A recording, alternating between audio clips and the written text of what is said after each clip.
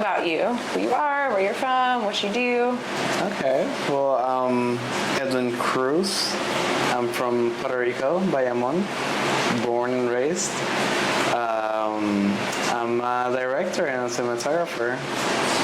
Ever since I was 14, I started as a photographer, but not working professionally, just taking photos. Okay. My parents found my interest in photography very early. I've always been interested in art, honestly, just movies, music. Photography, I didn't really know I liked it that much until I started doing it a lot. So yeah, definitely that's how I started, and then I just started finding more of it, more of my passion with it, and then people started asking me if I was a photographer, and I was like, well, no, not really. I'm just a kid with a camera. And I went to La Liga de Arte to practice more of it. It was more of experimenting with developing the negative, because I used to shoot in analog. Oh, awesome. And I really loved the whole process, and I don't know, it just got very into it, So yeah, I started very young. Then I started studying photography and graphic design in Atlantic University in Guaynabo. And doing that, I noticed friends of mine who I hold very dear. A friend of mine would always take me to productions that he was doing videos for, and he would ask me, hey, can you move the lens, or can you change the lens, can you move the lighting, can you do this? And I started liking it a lot, and now I'm doing it. You liked it so much, you're like, yeah, let's go. I was sure that that's the route that I wanted to take, definitely. It was really nice. It's really nice. So, going from shooting film to working on sets, doing production work, how was that transition? And it sounds like, you had your interest in film photography, you studied design, and then you started getting into understanding the mechanics and technique of shooting digitally. Yeah. How did you find that process? Digitally wise, it was way easier. I do still like shooting film. It's just a little bit more expensive. It's way more expensive. Yeah. But the transition was very smooth. I think it's just like analog. It's very trial and error. Because there are techniques that you're gonna learn along the way that you feel like, oh wow, I did not know this at all. I wish I knew this sooner. But that's the beauty of it, the process and going through the mistakes, and just, to answer your question, it was very smooth. Because you enjoy it. Like when you really enjoy something, doing something, even the mistakes, even just failing sometimes just is the best teacher, So yeah, I think it was a good transition, definitely. When you started assisting your friend doing these types of shoots, was it a type of work that you thought that you would be doing? And is it similar to what you're doing now? I didn't think I was gonna be doing that, because I definitely didn't know where I would find myself especially when doing photography. I was just a kid taking pictures of cats that I would see in front of my house, flowers that I would like. I've always been a very into nature, and that's where I would go to. And helping my friend, I felt like I found this other thing that I was very interested in. I still do it because usually most of my work I do by myself. But lately, when you find out that having that friend or that person to help you with equipment, it's so much easier. So much easier. It really is. So I still do it, but I do it with friends. So I'm in that position where I'm in what my friend used to be in. Yeah. so literally, I'm in that position where I can rely on friends to help me with it. That's amazing. Yeah, it really is. Are these friends people that you've acquired while you've been on your creative career, or longtime friends, or both? Definitely along the way. Most of my friends that I've been working with lately, that we are creating projects together. I met them like a year ago. Yeah, definitely. Wow. It's so crazy because you start, like along the way, you start considering people very close to you. Like when you get to trust and rely on them and be able to communicate and them understand you have the same vision as you. Yeah, it's very surprising how little time can connect you. Yeah, that's true. Yeah, it's crazy because sometimes like time isn't really what you think it would be. Sometimes time just surprises you, and you get to meet people in such a short period of time and feel close to them. Yeah, I agree with that. Especially with art. Yeah, if you have a creative vision that someone else shares, it is very uniting really quickly. And art and just the passion, like when they understand you, you feel like you can keep connecting with them and rely on them. What have been some of the biggest surprises that you've encountered while you've been connecting with people, creating, growing in your creative career? Surprises. I mean, the people you end up meeting along the way, that's definitely surprising. How life just connects the dots eventually.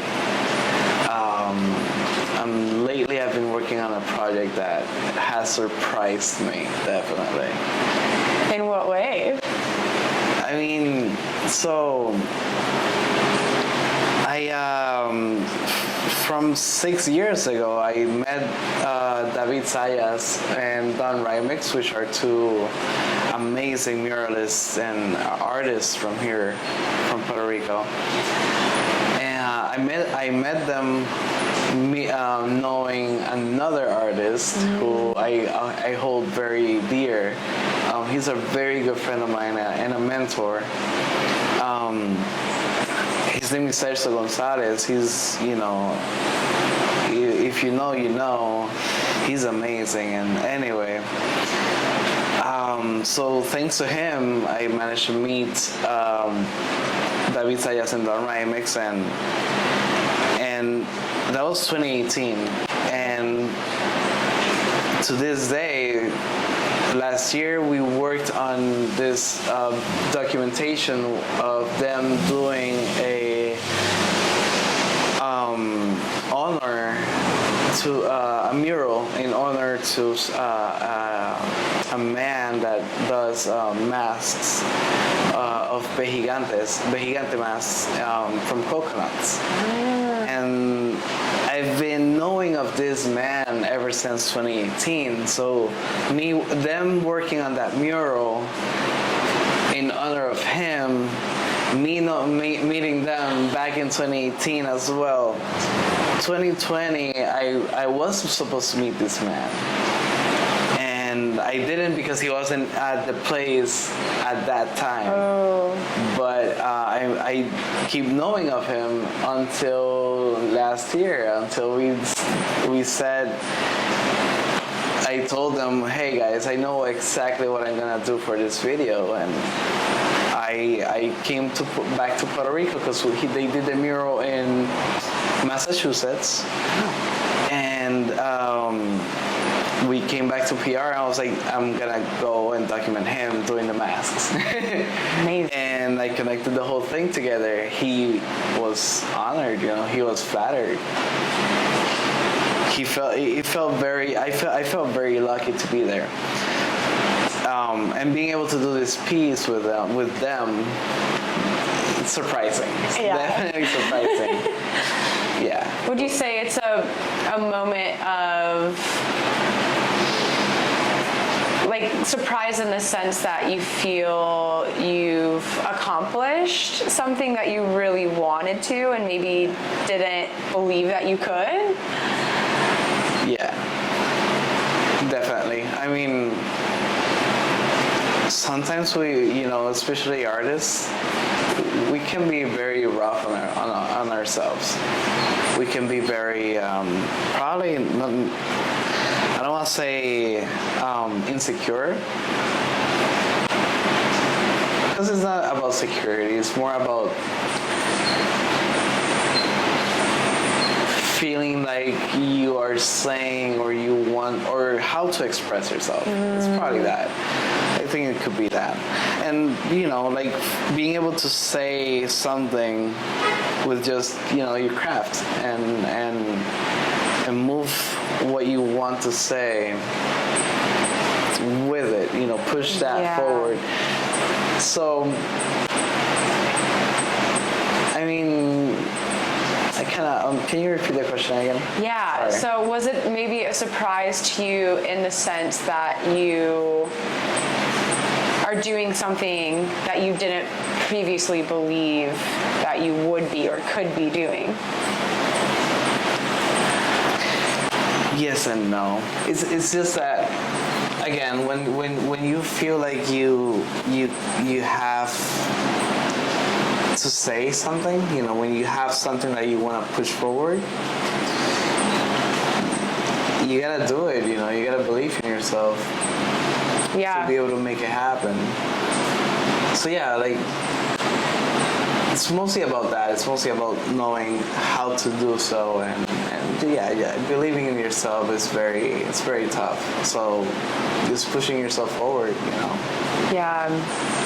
I feel like many creative people are their own worst critics. Oh yeah, I'm one. Yeah.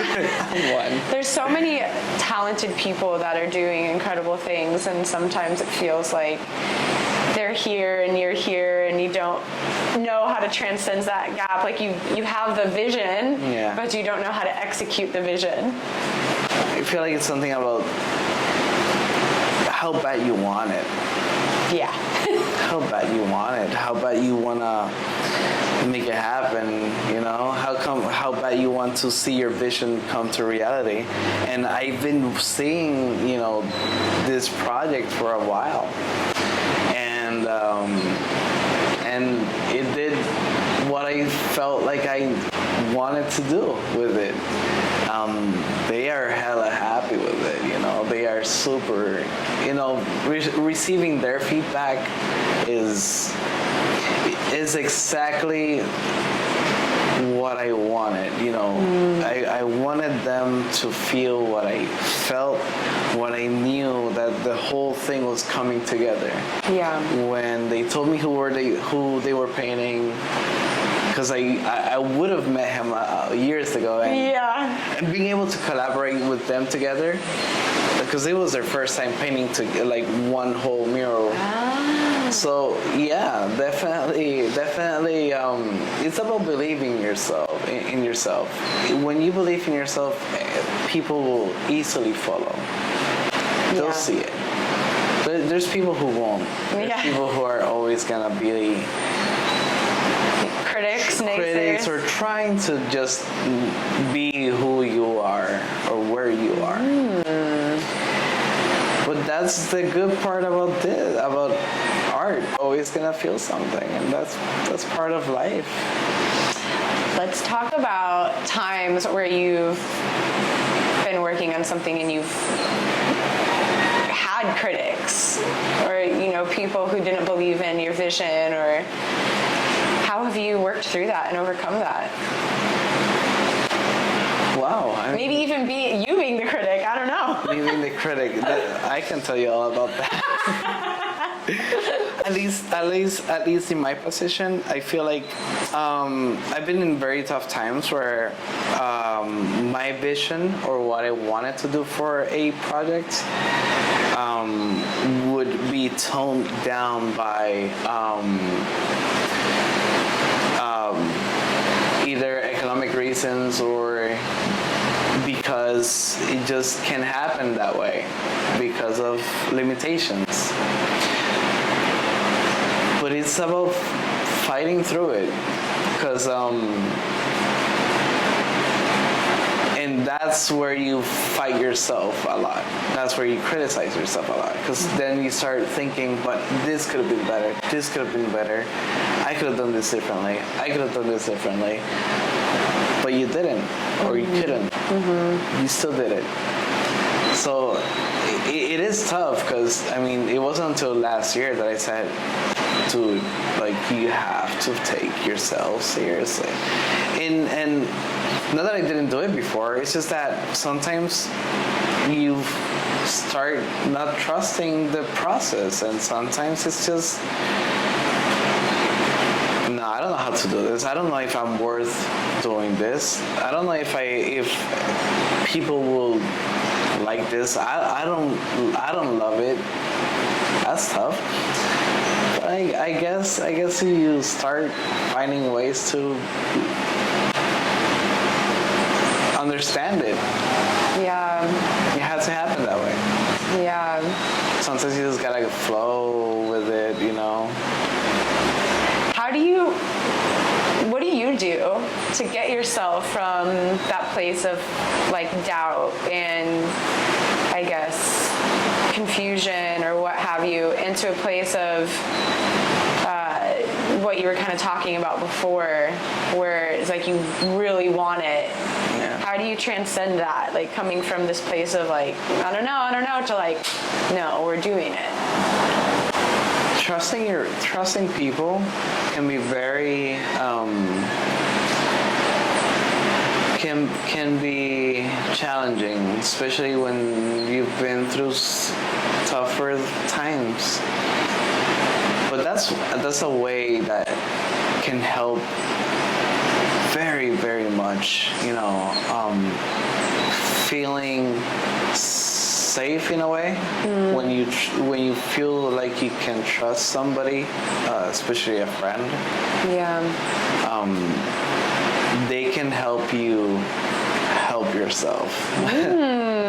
When you have valuable people around you, surrounding yourself with people that hold you dear and you hold them dear, and you are not selfish, and you say, I can help you, let's help each other. That's a way. That's a very nice way to grow. By yourself, it can be tougher.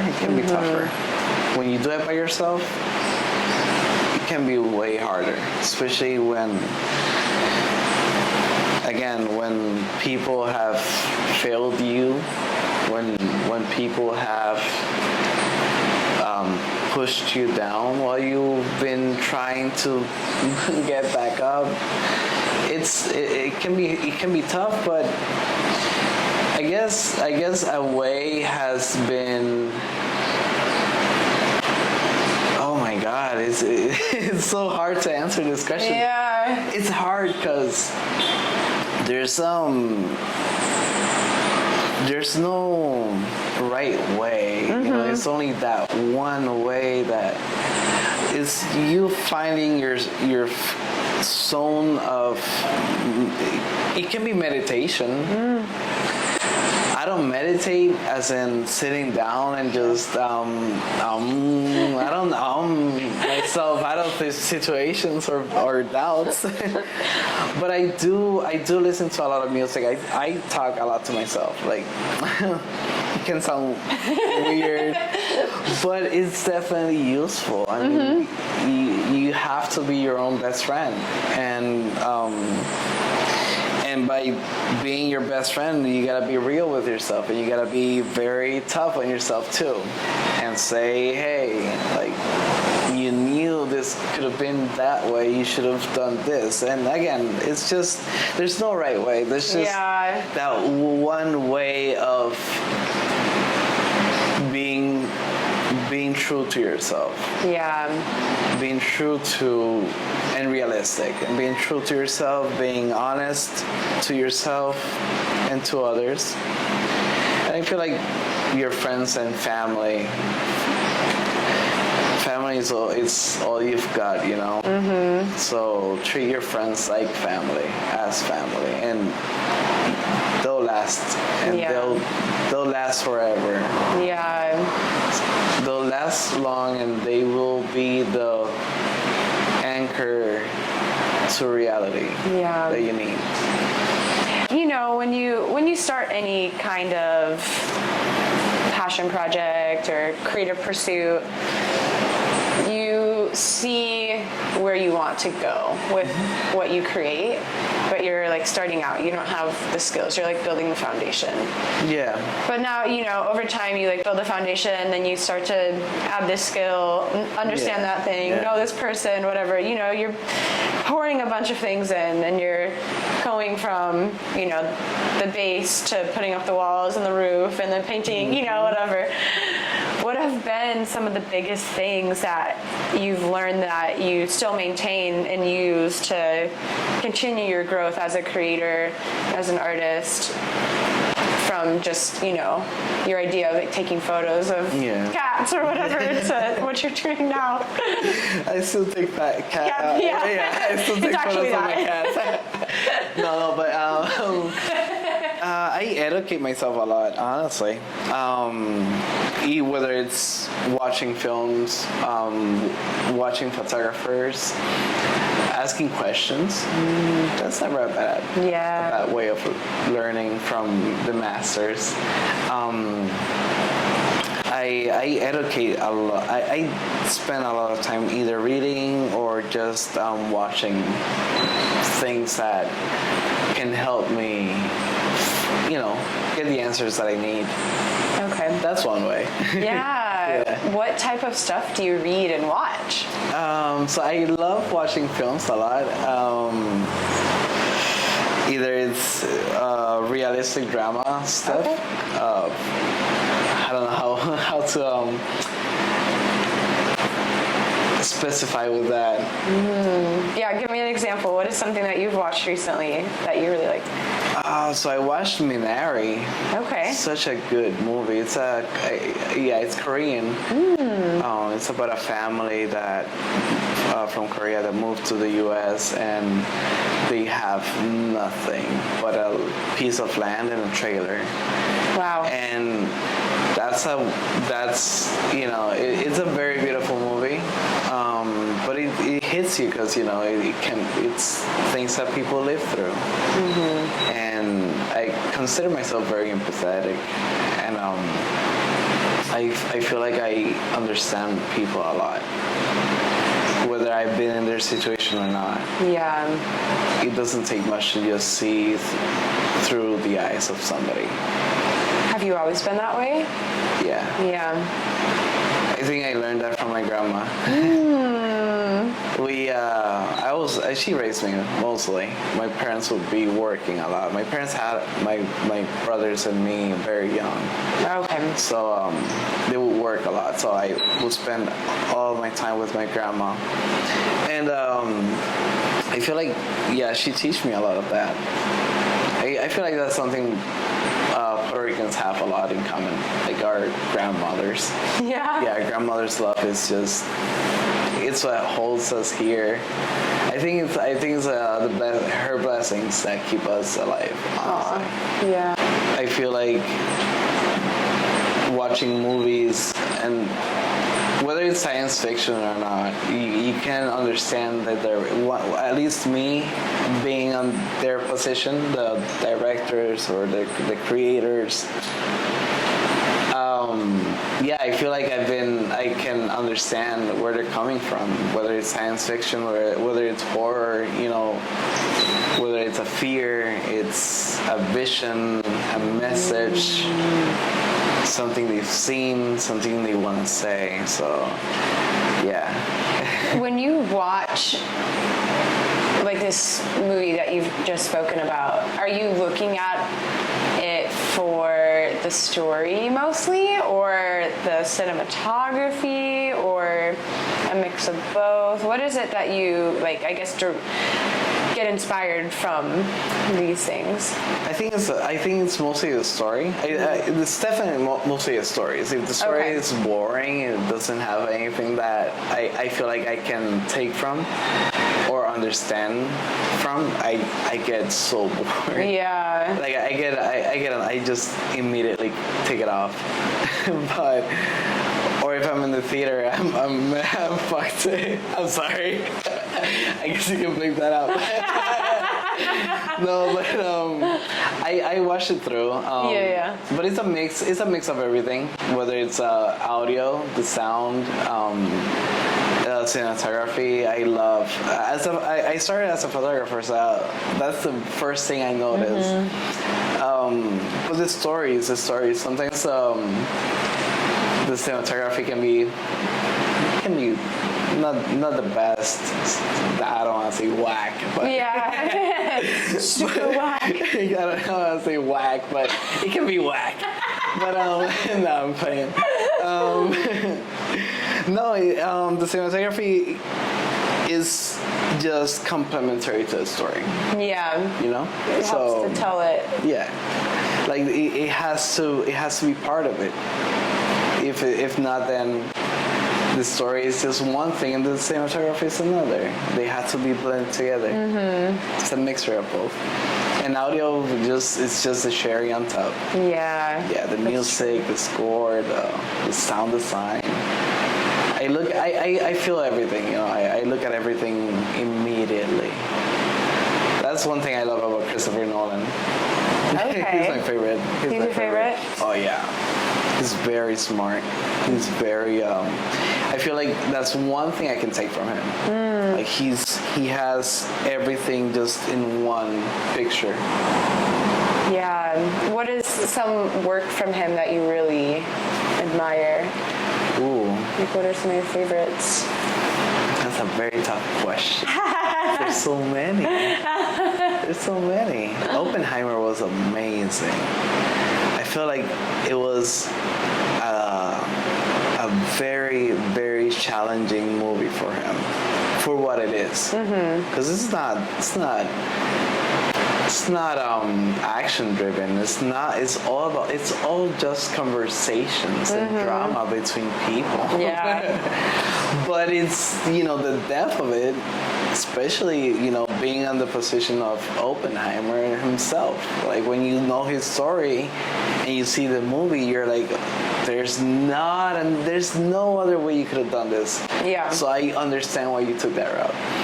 But yeah, if you want to know my favorite movie of him, I guess you could say, oh my God. I want to answer the question, but it's so hard. Inception is it's a fun movie. Because, you're going to get confused whether if you blink. Yeah. If you blink or sneeze, you gotta rewind it or pay another ticket to watch it. Inception is very good. I mean, I love Memento a lot too, because I think Memento is the first movie that I watched of him that just hooked me immediately. Because I love being able to confuse people, and I love things that challenge me mentally. Okay. Yeah, like I love things that make me think a lot about it. If you hook me, if you just if you hook me by just keeping that project in mind, yeah, like definitely I'm gonna love it immediately. Yeah. Memento is one of them, but especially Inception.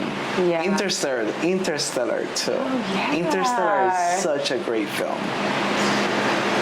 I think I'm gonna conclude the question with Interstellar. Interstellar wins, definitely. I've watched that movie like 5 times. Now that you're listing some of these names, it is like he does have a really unique ability to tell a story in a non-linear fashion. That's his thing. Yeah. I mean, when you see his, I saw this interview, or not an interview, it was just an explanation of him doing Memento, and he just, this is the story, this is the plot, and this is how we're gonna Yeah. like, dude, I hate you, but I love you, man. Yeah, I mean, it's cool because I guess that's creativity, right? You take something, for example, like this Cherokee Sport right here. Yeah. If you're just like, this is a car, Yeah. it is black, it drives on the street, it's not very interesting. No. Nobody cares about what I'm saying, but if you're like, it was a moving object with 4 cylinders that roll down a dark path into the abyss, people are like, what's that? Yeah. And then you can like even start further back, you know, telling the story, like there were parts, they were made out of metal, some out of plastic, they come together, there's some, whatever. It's how you tell it. It's how you show what you're doing, and definitely cars can be very interesting. Unless you just say, oh yeah, that's just to move you around. Okay, well that's it. But when you go deep into cars, I mean, that's why there's professionals making them. Yeah, that's so true. So from his style of storytelling, what do you take from that into how you create? I definitely see myself doing that.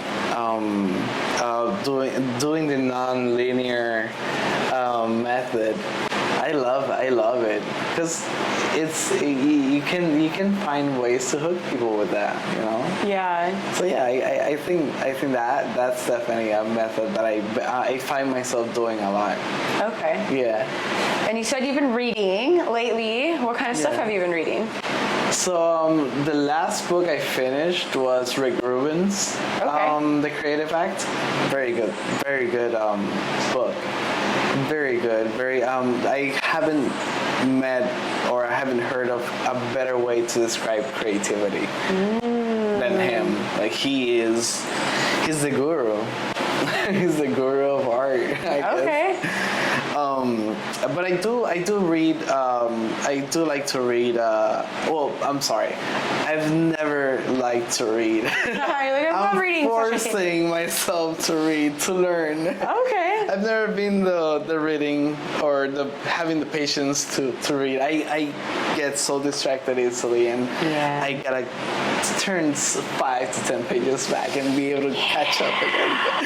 So yeah, I mean, I've been reading that book. I have some here. I have just filmmaking stuff, you know, methods and script writing and screenplaying, my educating books and stuff. So for now, that's what I've been reading.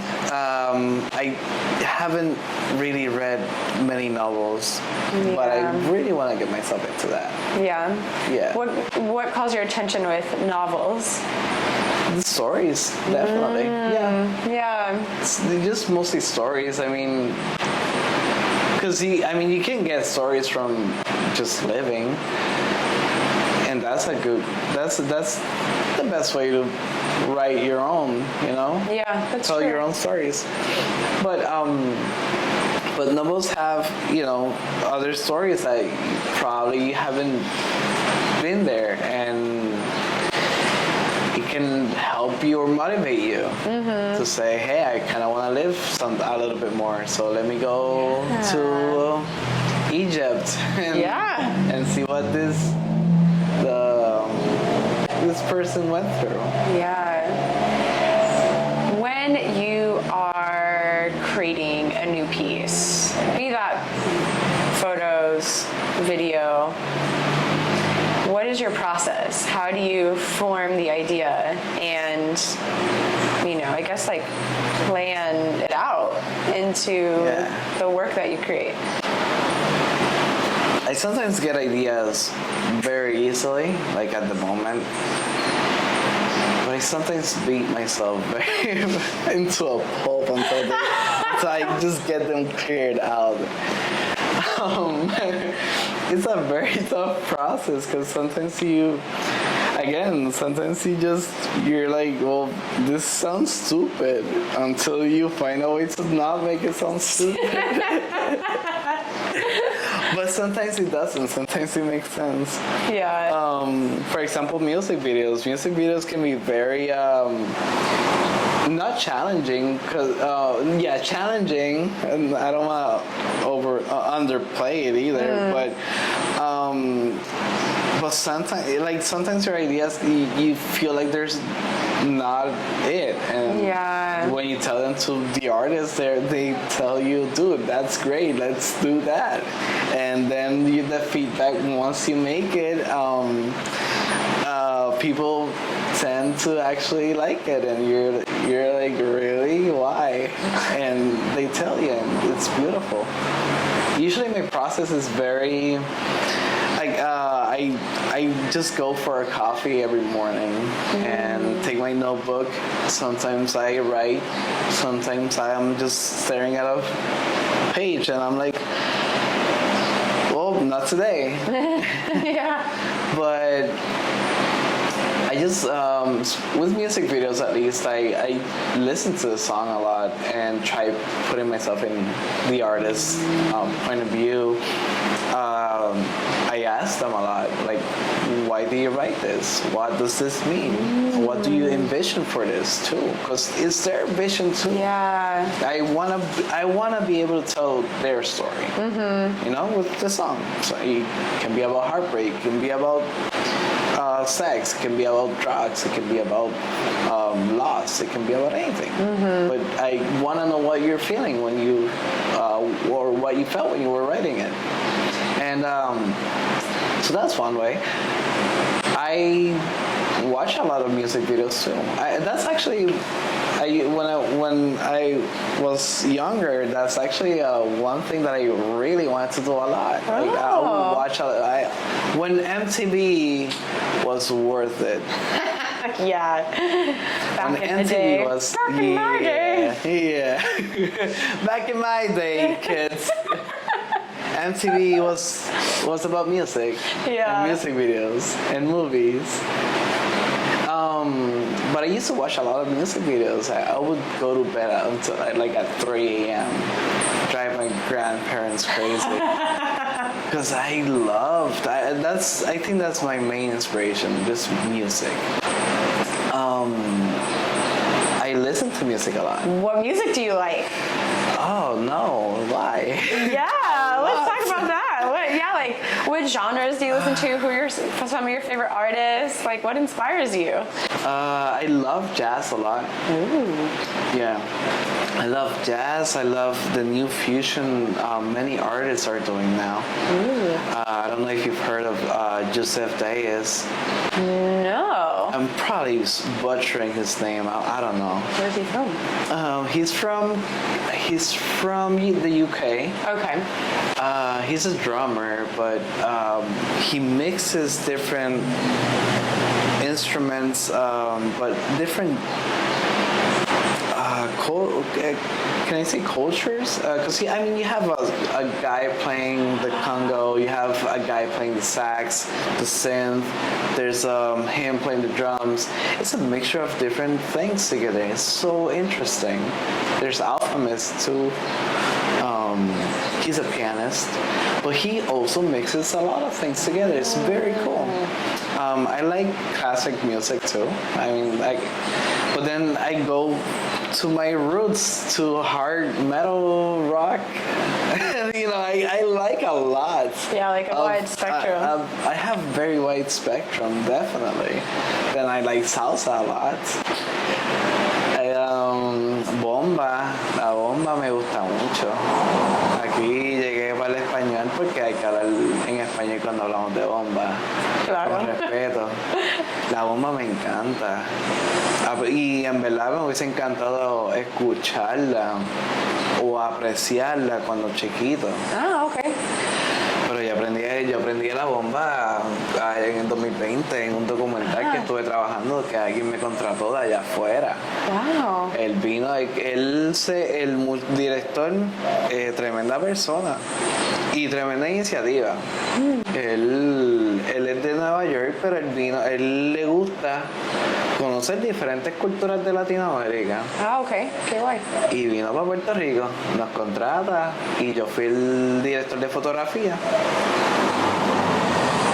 Y conocí a tremendos talentos de aquí que yo me quedé bruto. That's when I was supposed to meet Raúl Ayala, which is the man that I was telling you about, that does the Gigante masks. But thanks to that project, I learned about our roots and our culture. Not salsa, no. Yeah. Bomba. La bomba. Y me enamoré. O sea, lamentablemente no logro sacar el chance para ir más a menudo a verlo. Pero es hermoso. Eso sí, la bomba me encanta. No te puedo nombrar músicos porque no los conozco. Solamente conozco a los hermanos Ayala y Sajoko y poca gente, pero cuando la escuchas hay algo en la sangre que te hierve y empiezas a sentirlo y querer bailarlo. Es bien lindo. So, bomba, I've been lately I've been getting myself into it. Love that. Then I love hip hop. Nas, I can mention Nas, I can mention J. Cole, Kendrick. Oh, J. Cole's my favorite. He's a storyteller. That's one thing I love that's the main thing I love about J. Cole. Yeah. Not just the fact that he knows how to rap or he's very intelligent with the bars that he uses and the metaphors that he implements together, the rhyme, the rhythm, but his storytelling is incredible. Yeah. Incredible. I actually got it tatted, Beauty in the Struggle. That's something I live for. I live by. From Love Yours? Love Yours, yeah. Let's go. Amazing song. It's one of my favorites. It is.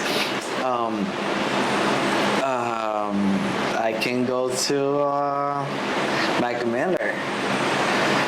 Mac Miller was that guy. That's one. It's very hard for you to feel a loss when you don't know the person. But Mac Miller hit hard. Yeah. Yeah. I didn't really listen to his music until after he passed, but I've been listening to it more, and wow, yeah. You can tell he was going, yeah, because there's depth in what he's writing, and well, maybe you don't know, but after you listen to enough music, you consume enough art, you hear like the director's cut or whatever, you understand that when someone shares something that deep, it's because they've been through something. When you read his lyrics and you understand what he's saying, he's literally just telling everybody, hey guys, I've had fun, but I don't want to have fun no more. I'm down. I want to disappear.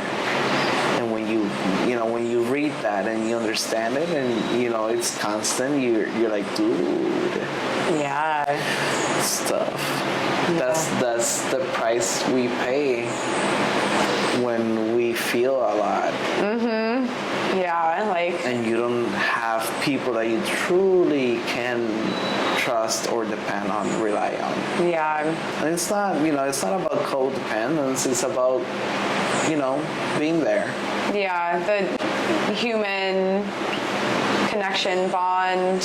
Yeah. Your humanity. Yeah. Emotional, psychological safety. Yeah.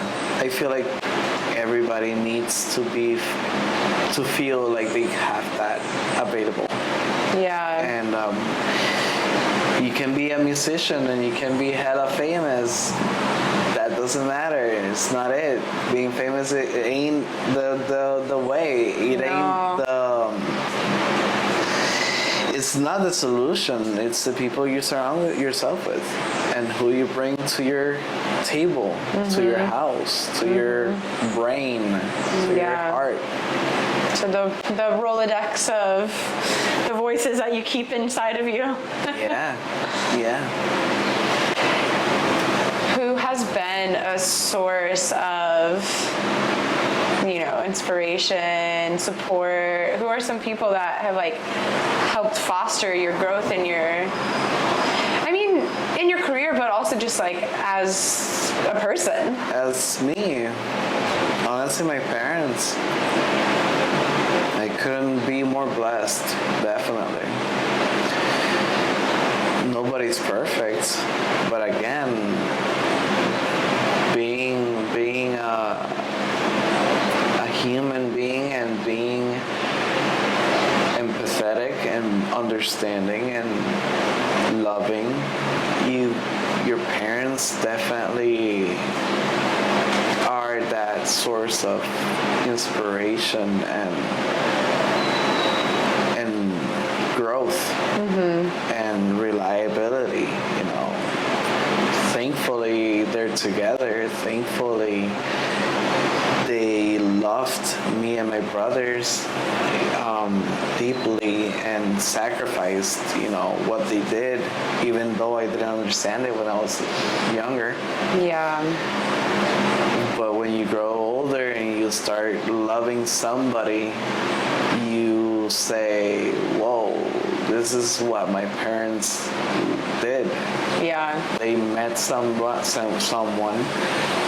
they dedicated 30, 60, 70 years, however old your parents are. Yeah.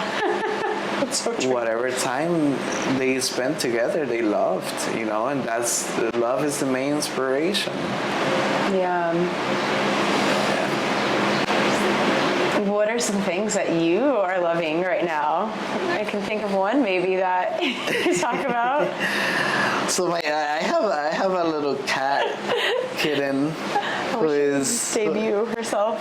Yeah, she's been. I put her to chill because she's so energetic. I have a lot of fun with her. But lately I've been loving myself a lot. Learning how to love myself. Because heartbreaks can take you out of that. Can derail your focus and your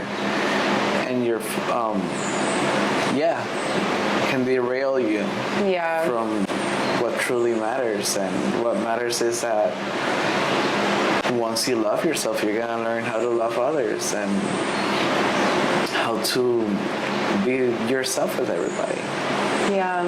I've been loving that a lot. I've been loving home too. I've been working my ass off to be able to have a roof for myself, my privacy. I've been loving my friends a lot. Being able to say, guys, I'm not good today, and them being there for me, and being able to say, hey guys, I feel great today, let's go do this, and them saying, yeah, let's go. being able to say, hi, hey guys, I got this project that is very deeply close to my heart. Dude, say no more. What do you need from us? And them being available and saying, yeah, let's do it. That's beautiful. Thank you. If you had any advice for someone who wants to pursue a career similar to the one that you've built for yourself, what advice would you give them? It's not easy, and it shouldn't be. Then it's not worth it. Yeah. Then you don't have a story to tell. You don't have people to inspire. You don't have a deeper meaning to it. So even though you cry, even though you sweat, even though you bleed it, just go for it, you know? It's yours. Be you. Do it. Yeah. Even if your parents don't understand it, go against them. Be a rebel. But love, you know, and respect. Yeah. Be honest with yourself and with whoever you're doing the projects that you want to do. But don't be an asshole. That's the advice. Honestly, really good advice, though. No, definitely. Don't be ungrateful. Because even the toughest clients, even the toughest moments are a lesson. Don't be an asshole. Don't be ungrateful. Enjoy the sweat. Cry. Feel happy to cry. I've cried.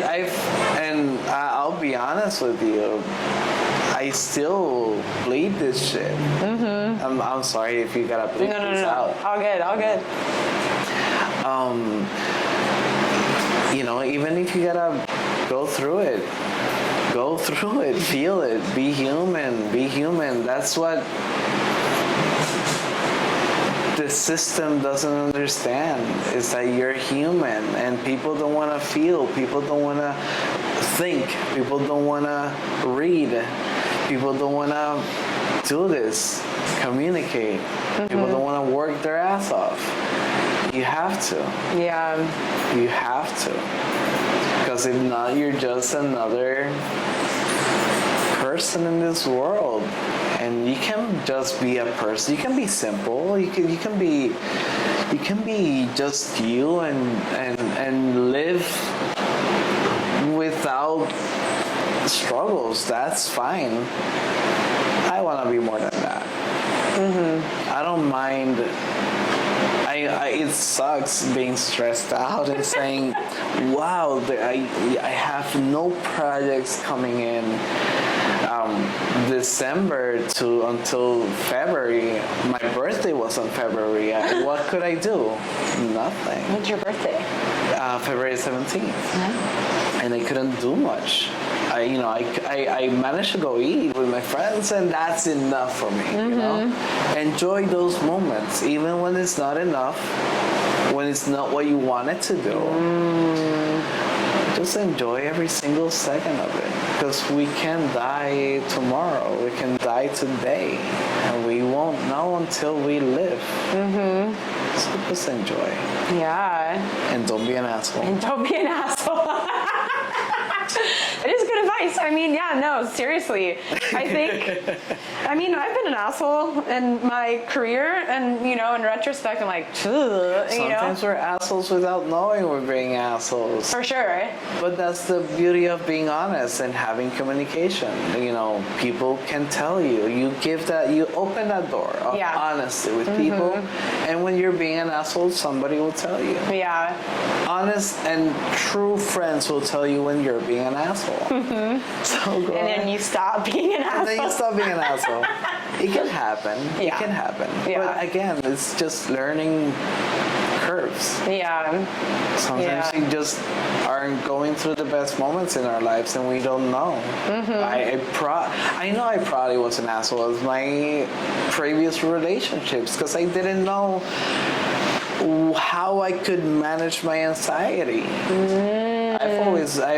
I've suffered from anxiety since I was a kid. I've been biting my nails to deal with it since I was little. And sometimes we're too deep into our heads. Our stress. But again, love and be honest with people, so that way that honesty and love can come back to you. Yeah. And when you're being an asshole, people will tell you, like, hey, this ain't cool. I'm sorry about that. Yeah. Acknowledge it.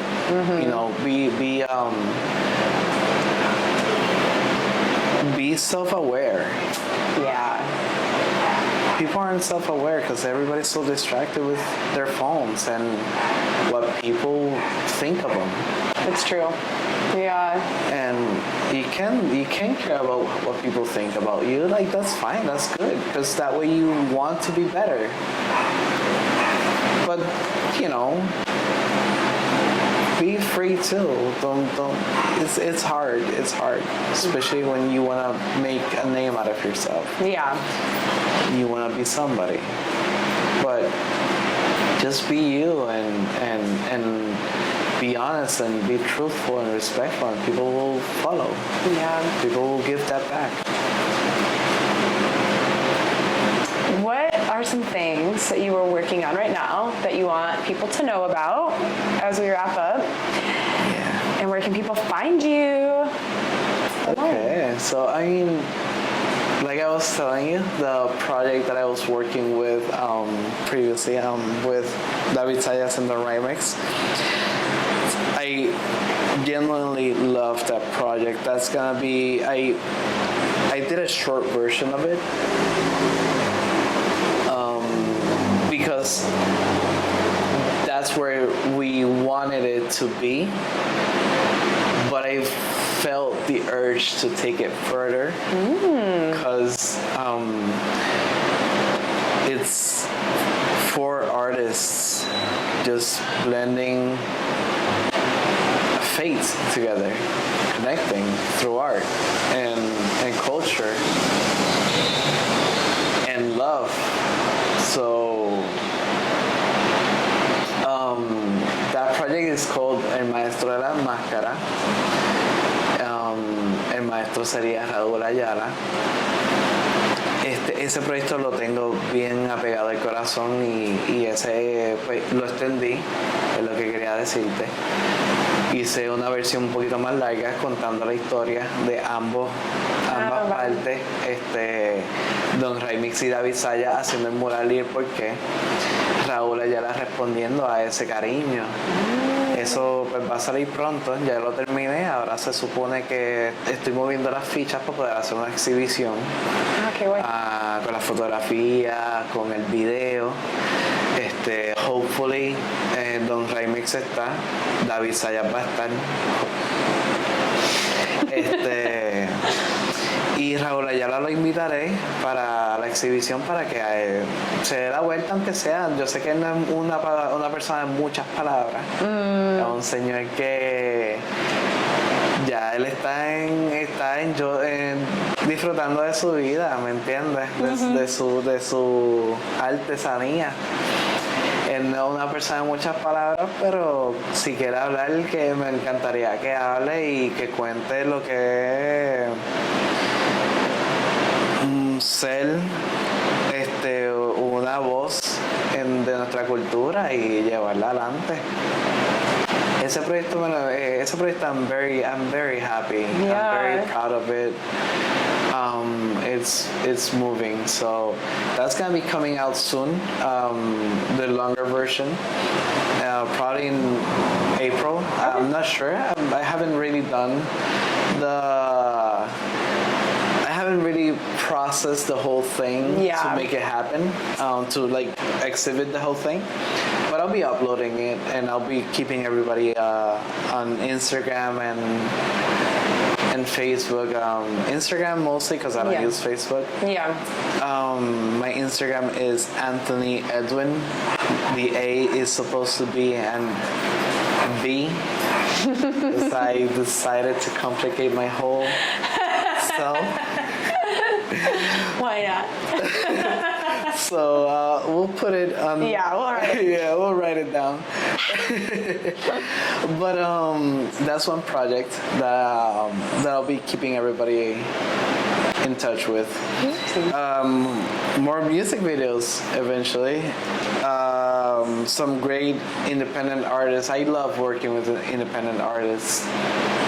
We understand each other. And probably a short film. Ooh, okay. My first short film. So Amazing. I've been writing some stuff. I've been